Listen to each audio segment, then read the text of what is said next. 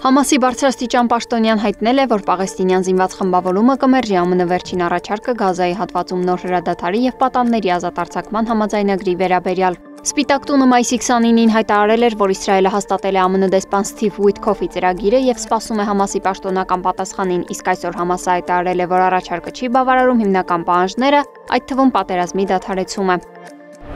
Իսրայելական բանակը մի քանի օդային հարվածներ է հասցրել հարավային Լիբանանին, որի հետևանքով զոհվել է առնվազն 1 մարդ։ Թիրախ են դարձել Նաբաթիե Ալ-Ֆաուքա, Բեյթլիֆ, Ռամիա Ալ-Բիսարիա, Վադի Ալ-Սաֆա և Ալ-Սարիրա քաղաքների մոտակայքում գտնվող տարածքները։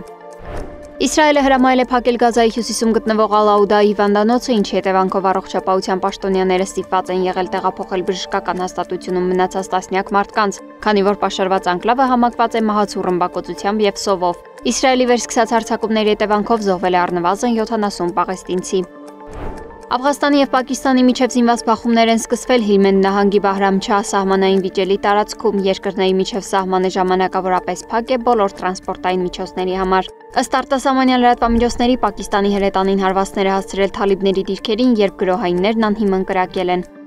ԱՄՆ վարչակազմը հայտարարել է, որ չեղյալ է հայտարարում չինացի ուսանողների վիզաները։ Սա Թրամփի վարչակազմի վերջին քայլն է ԱՄՆ համալսարանների և միջազգային ուսանողների դեմ արշավի շրջանակներում։ ԱՄՆ պետքարտուղարը նաև հայտարարել է ուսանողական վիզայի նոր դիմորդների հարցազրույցների դադարեցման և նրանց սոցիալական ցանցերում գրառումների ստուգման ուժեղացման մասին։